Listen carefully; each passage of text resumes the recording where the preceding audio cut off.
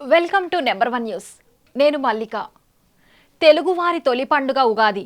ఉగాది పండుగ సందర్భంగా number one news ప్రేక్షకులకు, వీక్షకులకు మరియు శ్రేయోభిలాషులకు ఉగాది పర్వదిన శుభాకాంక్షలు.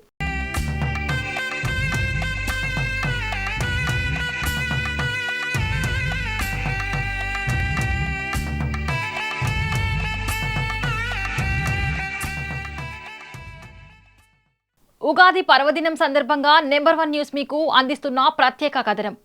ఉగాది అంటే యుగ మరియు ఆది కలిస్తే తెలుగువారి నూతన సంవత్సరాది ఉగాది. ఇది చైత్ర శుద్ధ పాడ్యమి రోజున వస్తుంది. పురాణాల ప్రకారం చైత్రమాస శుక్లపక్ష ప్రథమ దినాన సూర్యోదయ సమయంలో బ్రహ్మదేవుడు విశ్వాన్ని సృష్టించడం ప్రారంభించిన రోజుగా, మత్స్యావతారంలో విష్ణువు వేదాలను రక్షించిన దినంగా ఉగాదికి పురాణ ప్రాముఖ్యత ఉంది. వసంత ఋతువులో కొత్త ఆశలకు, ఆనందాలకు స్వాగతం పలుకుతూ షడ్రుచుల ఉగాది పచ్చడితో ఈ పండుగను జరుపుకుంటారు. కాలాన్ని లెక్కించడం అంటే రోజులు, నెలలు, సంవత్సరాలు కూడా ఈ రోజు నుంచే మొదలైందని నమ్మకం. విష్ణుమూర్తి మత్స్యావతారం ధరించి సోమకుడు అనే రాక్షసుణ్ణి సంహరించి వేదాలను బ్రహ్మకు తిరిగి అప్పగించిన రోజుగా ఉగాదిని జరుపుకుంటారు. శాలివాహనుడు అనే చక్రవర్తి దుర్మార్గులైన శకునులను ఓడించి ప్రజలకు స్వేచ్ఛను ప్రసాదించి చైత్ర శుద్ధ పాడ్యమి రోజున పట్టాభిషిక్తుడయ్యాడు. ఆ విజయాన్ని గుర్తు చేసుకుంటూ ఆ రోజు నుంచి నూతన సంవత్సరాన్ని మొదలుపెట్టారు.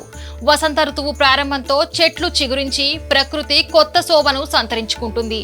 ఇది నూతన జీవితానికి నాందిగా భావిస్తారు. ఉగా అనగా నక్షత్ర గమనం.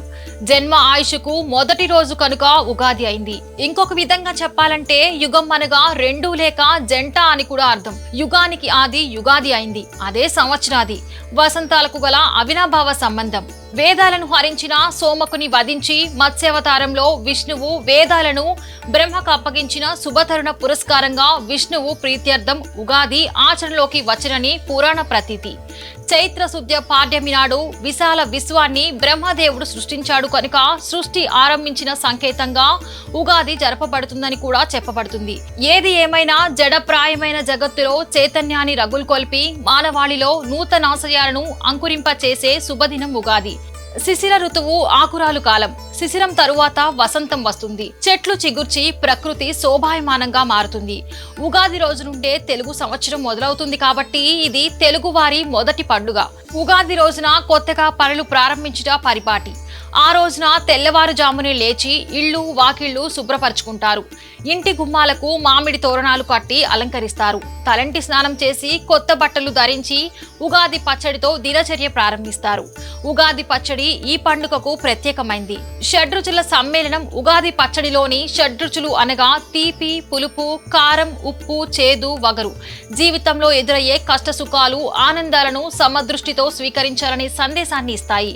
వేప పువ్వు చేదు అనగా బాధలు, బెల్లం తీపి అనగా సంతోషం, చింతపండు పులుపు అనగా విసుగు, మామిడి పిందె వగరు అనగా కొత్త సవాళ్లు, కారం అనగా కోపం, ఉప్పు అనగా ఉత్సాహం. 6 రుచులు కలిసిన ఉగాది పచ్చడి తెలుగువారికి మహాప్రసాదం. సంవత్సరం పొడవునా ఎదురయ్యే మంచి చెడులను, కష్ట సుఖాలను సంయమనంతో స్వీకరించాలన్న సందేశాన్ని ఉగాది పచ్చడి మనకు తెలియజేస్తుంది.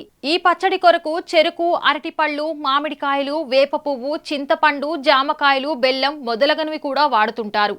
ఉగాది పర్వదిన సందర్భంగా మరొకసారి నెంబర్ వన్ న్యూస్ ప్రేక్షకులకు, వీక్షకులకు మరియు శ్రేయోభిలాషులకు ఉగాది పర్వదిన శుభాకాంక్షలు. మరిన్ని లేటెస్ట్ అప్డేట్స్ కోసం చూస్తూనే ఉండండి నెంబర్ వన్ న్యూస్. సామాన్యుడి చేతిలో సామాజిక అస్త్రం.